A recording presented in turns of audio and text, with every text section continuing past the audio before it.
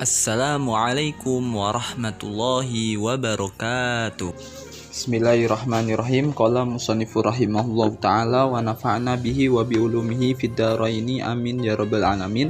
Pelajaran kali ini kita mengenai tentang gerakan sholat pada lelaki dan perempuan. Halaman 13. Faslun wal mar'atu tukhalifur rajula fi khamsati asya'a. Di pelajaran kali ini mungkin Ustadz akan membacakan separagraf tidak per kata, dikarenakan waktu yang singkat kita harus memenuhi target pembelajaran kita. Maka dari itu di sini langsung per paragraf. Wal mar'atu tukhalifur rajula fi khamsati asya'a. Gerakan perempuan berbeda dengan lelaki dalam 5 hal. Gerakan perempuan berbeda dengan lelaki dalam 5 hal. Farrajulu yujafi mirfaqaihi an jambaihi. Seorang lelaki merenggangkan kedua sikunya dari lambungnya, dari perutnya. Ketika lelaki sholat dalam keadaan berdiri tegak, dia merenggangkan sikunya sehingga tidak dipepetkan di perut. Wa yuqillu batnahu an fakhidaihi fir ruku', dan dia juga mengangkat sedikit perutnya dari lututnya, fir ruku'i was sujudi, dalam posisi ruku dan sujud. Nah, ketika saat sujud, perut lelaki agar diangkat sedikit, artinya tidak menempel ke lutut.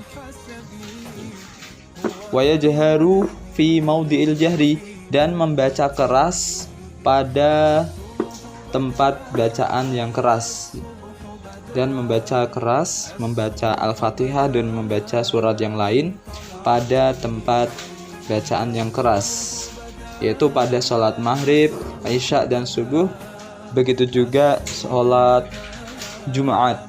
Nah, bagi lelaki mengeraskan suaranya.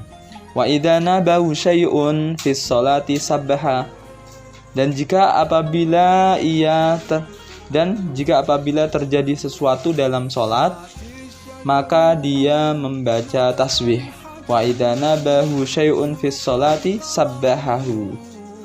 Wa idza nabahu syai'un fis sholati sabbaha. Apabila terjadi sesuatu dalam sholat, maka membaca tasbih, artinya terjadi sesuatu yang tidak sesuai dengan rukun-rukun sholat, entah itu dia lupa, melihat imamnya lupa, atau melihat imamnya tidak sesuai dengan rukunnya. Nah, itu berarti dia mengingatkan dengan cara membaca tasbih. Kemudian yang terakhir, wa auratur rajuli ma baina surrati wa rukbatihi. Adapun aurat lelaki dalam sholat, ma baina surratihi wa rukbatihi, antara pusar dan lutut. Antara pusar dan lutut. Wal mar'atu, nah kalau perempuan bagaimana? Tadi kan lelaki, ada 5 hal berbeda dengan perempuan. Begitu juga perempuan. Wal mar'atu tadumu ba'daha ila ba'din. Sedangkan perempuan mengumpulkan, artinya merapatkan anggota satu dengan anggota yang lain. Seperti tadi, kalau lelaki itu direnggangkan, berarti kalau perempuan sikunya dirapatkan di perut. Nah, ketika berdiri kita kan bersedekap, harus merapatkan sikunya di perutnya. Kemudian juga perutnya ketika ruku dan sujud harus dirapatkan dengan paha atau lutut paha. Wa tukhfidu sautaha bihadratir rijali al-ajanibi, dan melirihkan suara atau bacaannya di depan lelaki lain ketika dia sholat. Padahal sholat itu disunahkan untuk mengeraskan suara. Nah, ketika ada lelaki, dia harus memelankan suaranya, artinya lirih suaranya. Wa idza nabaha syai'un fis sholati, dan apabila terjadi sesuatu di dalam sholat. Apabila terjadi sesuatu dalam sholat, sofakot, maka dia tepuk tangan. Artinya tepuk tangannya gimana? Tepuk tangannya yang telapak tangannya kemudian ditepukkan di punggung telapak tangan yang lain, di punggung. Bagian dalam ditepukkan di bagian luarnya, tidak seperti yang tepuk biasa. Itu berarti yang kanan, telapak tangan yang kanan yang bagian dalam kemudian ditepukkan ke yang kiri di punggung telapak tangan. Wa jami'u badanil hurrati auratun illa wajhaha wa kafaiha. Dan seluruh badan perempuan merdeka aurat kecuali wajah dan telapak tangannya. Kecuali wajah dan telapak tangannya. Semuanya adalah aurat kecuali wajah dan dua telapak tangan. Wal amatu karrojuli, sedangkan wanita budak, wanita hamba sahaya seperti lelaki. Artinya seperti lelaki bagaimana? Arti seperti lelaki adalah auratnya cuma antara pusar dan lutut. Nah, di sini adalah 5 hal yang harus kalian perhatikan. Sebenarnya ini secara singkat, akan tetapi kalian harus membaca dan memahaminya. Insya Allah minggu depan kita akan melaksanakan ujian PH, penilaian harian. Pasal berikutnya, faslun walladhi yubtilus sholata ahada asyara syai'an. Sesuatu yang membatalkan sholat ada 11 perkara. Sesuatu yang membatalkan sholat ada 11 perkara. Yang pertama al-kalamul amdu, berucap yang disengaja, berkata yang disengaja. Kemudian wal amalul katsiru, dan aktivitas yang banyak. Artinya gerakan yang banyak sampai 3 gerakan. Nah, itu membatalkan sholat. Melangkah 3 kali, menggerakkan tangan bolak-balik sampai 3 kali. Nah, itu berarti membatalkan sholat. Dengan syarat aktivitas tersebut dilakukan secara terus-menerus. Semisal kok rakaat pertama gerak sekali, kedua 2 kali. Nah, itu tidak dianggap banyak. Yang penting ketika gerakan tersebut dilakukan secara berulang-ulang sampai 3 kali, itu membatalkan sholat. Kemudian wal hadasu, dan hadas kecil ataupun hadas besar, seperti keluar air, seperti tidur dalam sholat, dan yang lainnya. Wahudusun najasati, dan terkena najis. Kalau semisal najisnya itu kering, habis itu langsung dilemparkan, langsung dibuang, nggak masalah. Nah, kalau ini najisnya adalah najis yang basah, berarti ini bermasalah. Wangkisyaful aurati, dan terbuka auratnya terbuka, baik disengaja ataupun tidak. Nah, itu batal sholatnya. Wa taghyirun niyati, dan berubah niat. Asalnya tadi sholat zuhur, kemudian dirubah sholat asar di pertengahan sholat, batal. Atau semisal niat membatalkan sholat, wah nanti kalau filmnya udah mulai saya akan batalkan sholat. Nah, itu berarti membatalkan sholat walaupun merubah niat aja. Kemudian wastidbarul kiblati, dan berpaling dari kiblat. Kiblat itu ke barat, kemudian dia menghadap ke semisal ke utara, terlebih ke timur. Nah, ini langsung batal sholatnya. Wal aklu wasyurbu, makan dan minum juga membatalkan sholat. Wal kohkohatu, dan tertawa berbahak-bahak. Arti tertawa berbahak-bahak itu hahaha sampai mengeluarkan hahaha seperti itu. Kalau misal ketawa sedikit nggak batal. Ketawa sedikit, senyum, apalagi senyum tidak membatalkan. Yang terakhir waridatu dan murtad. Waridatu dan murtad keluar dari Islam. Na'udzubillahi min dalik. Semoga Islam iman kita selalu dijaga Allah Subhanahu wa taala. Nah, ini adalah 11 perkara yang kalian ketahui, yang kalian jaga supaya kita tidak melakukannya di tengah-tengah sholat. Ketika ada orang melakukan salah satu dari 11 tersebut dalam sholatnya, maka sholatnya batal seketika. Seperti yang sudah saya jelaskan tadi. Pasal berikutnya, kita langsung ke pasal yang berikutnya. Pasal berarti loncat satu pasal. Faslun wal matruku minas sholati thalathatu asya'a.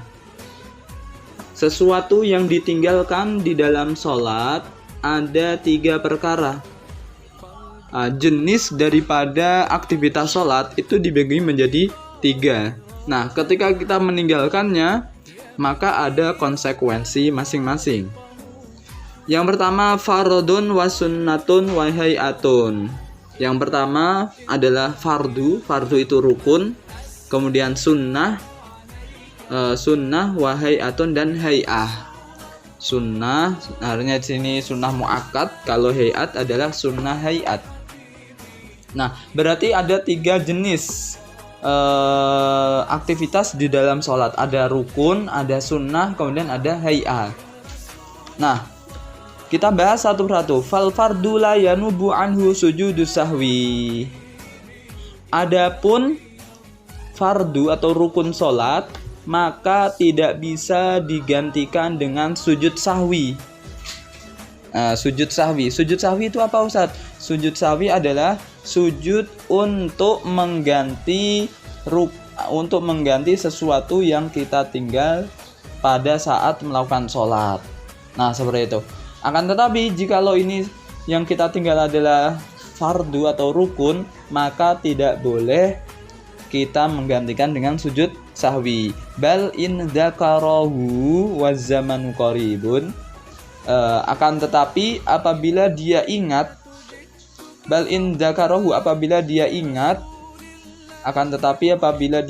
wa zamanu qaribun, sedangkan waktunya dekat, tidak lama, atabihi wabana alaihi lisahwi, maka dia harus melakukannya. Semisal tadi dia ini sudah dalam keadaan duduk, dia lupa, dia tadi belum ruku.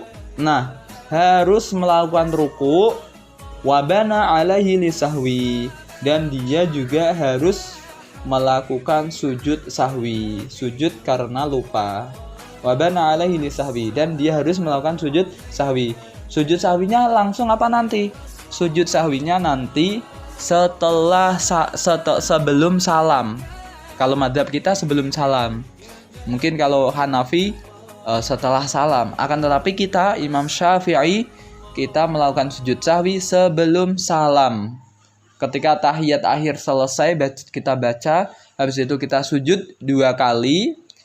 Sujud subhana man la yanamu wa la yasu, seperti di semester depan, semester yang ganjil kemarin kita sudah lakukan, sudah kita jelaskan. Habis itu duduk, habis itu sujud lagi, baru salam. Nah, seperti itu. Ini kalau rukun. Wasunnatu la ya'udu ilaiha ba'da talabusin bil fardi. Nah, adapun sunnah, maka dia tidak mengulanginya setelah melakukan rukun. Adapun sunnah, maka dia tidak mengulanginya setelah melakukan rukun. Lakinnahu yasjudu lisahwi anha, akan tetapi dia disunahkan sujud sahwi. Kalau sunnah itu apa, Ustaz? Yang pelajaran sebelumnya kita bahas, sunnah itu seperti tasyahud, seperti kunut. Nah, ketika kita meninggalkannya, maka kita tidak boleh mengulangi lagi, mendatangkan lagi, melakukan. Jikalau kita sudah melakukan rukun. Nah, apabila kita meninggalkan seperti itu, berarti kita cukup sujud sahwi saja. Wal hay'atu la ya'udu ilaiha ba'da tarkiha. Adapun hay'ah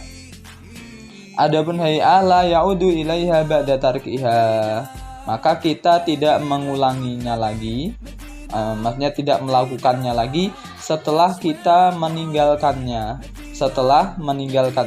Wala yasjudu li syahwi anha, dan tidak pula sujud sahwi. Kita tidak usah melakukan, dan kita tidak usah sujud sahwi. Hayat itu apa Ustaz? Hayat itu seperti baca tasbih dalam rukuk, sujud, dan yang lainnya. Atau semisal seperti membaca surat-surat pendek selain Al-Fatihah. Berarti kalau Fatihah itu rukun, kalau surat pendek itu hayat. Nah, ketika kita tidak membacanya, kita nggak usah mengulangi, nggak usah melakukan lagi, dan juga tidak usah sujud sahwi. Wa idza syakka fi adadi ma ata bihi minar rakaat, apabila ada seseorang ragu dalam hitungan rakaat,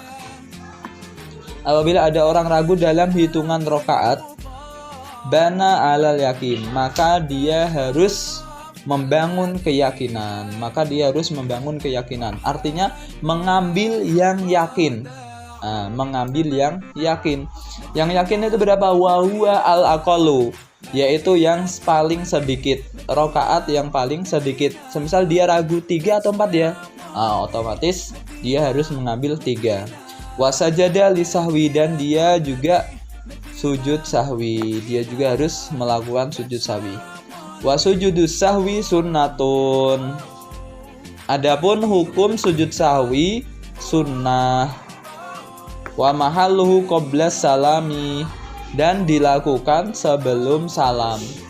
Adapun tempatnya sebelum salam, maksudnya dilakukan sebelum salam. Pasal berikutnya, faslun wa khamsatu awqatin la yusalla fiha sholatan laha sababun. La yusalla fiha sholatan laisa laha sababun. Di sini kurang laisa ya. Laisa laha sababun. Nanti ditambah.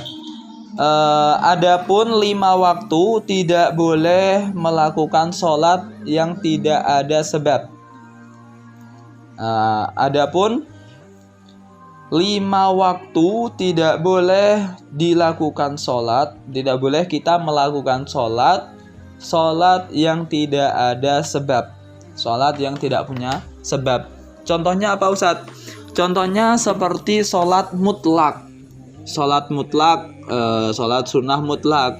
Kita melakukan ibadah sholat sunnah mutlak, tidak ada sebab.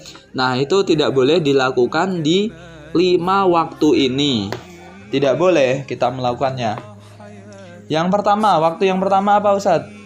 Ba'da sholatis subhi, setelah melakukan sholat subuh. Hatta tatlu'asy syamsu, sehingga matahari terbit. Sehingga mataharinya terbit. Nanti habis itu kita tunggu sampai kadar 1 tombak tingginya, nanti kita boleh melakukan sholat, yaitu sholat isyraq atau sholat duha. Kemudian waktu yang kedua, wa inda tulu'iha, dan ketika matahari terbit. Kalau tadi kan setelah sholat subuh, kalau ini yang kedua setelah matahari terbit. Nah, matahari terbit hatta takamala, sehingga sempurna. Otomatis kelihatan semua matahari tersebut, lingkaran mataharinya sudah kelihatan semua. Watar tafi'a qadra rumhin, dan menjadi tinggi kadar 1 tombak. Habis itu kita boleh melakukan sholat. Kemudian wa idzas stawat hatta tazula, dan ketika waktu istiwa sampai matahari bergeser. Dan ketika waktu istiwa sampai matahari bergeser. Waktu istiwa itu kapan? Waktu istiwa sekitar jam 12 siang, yaitu ketika matahari tepat berada di atas kepala kita. Nah, ketika nanti udah geser dikit ke barat, itu nanti sudah habis waktunya kita boleh melakukan sholat, yaitu sholat zuhur. Wa ba'da sholatil asri, dan setelah sholat asar. Hatta taghrubasy syamsu, sehingga matahari terbenam.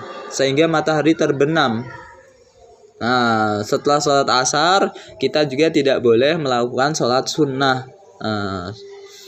Wa indal ghurubi, dan ketika matahari terbenam itu juga tidak boleh. Hatta yatakamala, sehingga sempurna ghurubuha, terbenamnya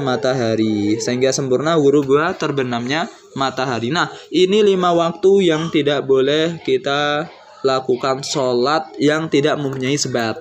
Adapun sholat yang mempunyai sebab, contohnya sholat li syukril wudu, sholat karena sudah selesai wudu, itu kan disunahkan. Nah, ini boleh, sebabnya punya sebab. Sebabnya apa? Setelah wudu. Kemudian sholat juga sholat li hurmatil masjid, sholat karena masuk ke masjid, itu kan kita disunahkan untuk sholat tahiyatil masjid, itu juga dibolehkan. Pokoknya di sini yang tidak diperbolehkan adalah sholat yang tidak mempunyai sebab. Nah, seperti itu ya. Kemudian kita loncat ke fasal berikutnya, yaitu tentang musafir. Ini juga tidak kalah pentingnya, sebenarnya ini juga masuk di ujian kalian.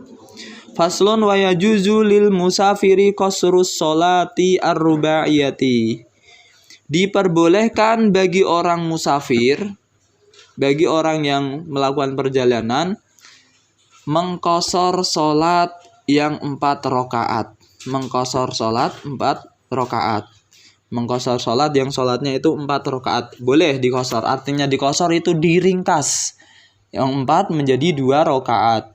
Syaratnya apa Ustaz? Syaratnya bi khamsi syara'ita, dengan 5 syarat. Yang pertama, ayyakuna safaruhu fi ghairi ma'siyatin.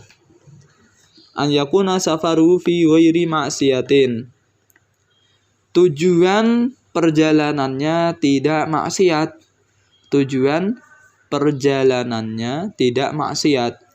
Dia bepergiannya tuh tidak karena maksiat. Itu 1, catat. Kemudian yang kedua, wa antakuna masafatuhu sittata asyara farsakhon. Agar jarak tempuhnya 16 farsah. 16 farsah kalau dikilokan itu kurang lebih 83 kilo. 83 kilometer. Saya melakukan perjalanan sini ke Cianjur, sini ke Bandung, Jakarta, Bandung, itu sudah ada 83 kilo. Apalagi sampai ke Jawa, berarti sudah lebih-lebih. Nah, itu boleh. Kalau kurang daripada 83 kilo berarti nggak boleh. Kemudian wa ayyakuna mu'diyan lis sholati ar-rubaiyati. Dan sholat yang diqasar adalah sholat yang 4 rakaat. Sholat yang diqasar adalah sholat yang 4 rakaat. Kemudian wa an yanwi al-qasra ma'al ihram. Dan dia niat qasar ketika takbiratul ihram. Dia niat qasar ketika takbiratul ihram. Ini syarat yang keempatnya. Dia niat qasar ketika takbiratul ihram. Wa alla ya'tamma bimuqimin. Syarat yang kelima, yang terakhir, dia tidak boleh bermakmum dengan orang yang mukim. Dia tidak boleh bermakmum dengan orang yang mukim. Artinya orang mukim adalah orang yang sholat sempurna, sholat biasa. Nggak boleh makmumnya sholat qasar, imamnya sholat sempurna. Itu tidak sah. Nanti kalau dia kok sholat dengan orang yang mukim, maka harus mengikuti orang yang mukim, yaitu dengan sholat yang biasa. Jadi tidak boleh qashar. Kalau qashar ya nanti nggak sah. Nah, kemudian ini sudah selesai. Habis itu ke pembahasan jamaknya. Wa yajuzu lil musafiri, diperbolehkan bagi orang yang musafir ayyajma'a baina dhuhri wal asri, agar menjamak sholat antara zuhur dan asar. Menjamak artinya itu menggabungkan. Artinya menggabungkan sholat zuhur dan sholat asar digabungkan dengan satu waktu. Itu tidak satu sholat, satu waktu. Zuhur dan asar dilakukan di waktu zuhur misalnya. Kemudian fi waqti ayyuhuma sya'a, di waktu yang ia inginkan, di waktu yang ia inginkan. Wa bainal maghribi wal isya'i, dan antara sholat maghrib dan isya fi ayyi waqtin ayyuhuma sya'a, di waktu yang ia inginkan. Wa yajuzu lil hadiri fil matori ayyajma'a bainahuma, dan diperbolehkan juga bagi orang yang di rumah mengqashar sholat ketika terjadi hujan, ayyajma'a bainahuma, agar menjamak dua sholat yang sudah disebutkan. Boleh fi waqtil ula, di waktu sholat yang pertama, minhuma, dari dua sholat. Berarti dia boleh menjamak sholat. Catatannya, orang yang dalam keadaan hujan dia boleh menjamak sholat. Catatannya hujannya lebat, sekira kalau dia keluar itu basah pakaiannya, dari atas sampai bawah itu basah. Nah, di sini dia boleh melakukan sholat jamak. Berarti jamak itu sendiri, qashar sendiri.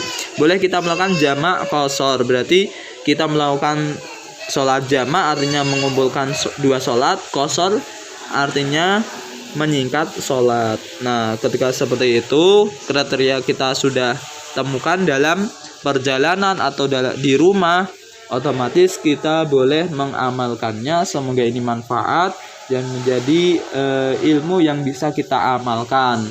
Insya Allah minggu depan kita ujian dari bab sebelumnya, yaitu dari halaman 10 tentang darah wanita.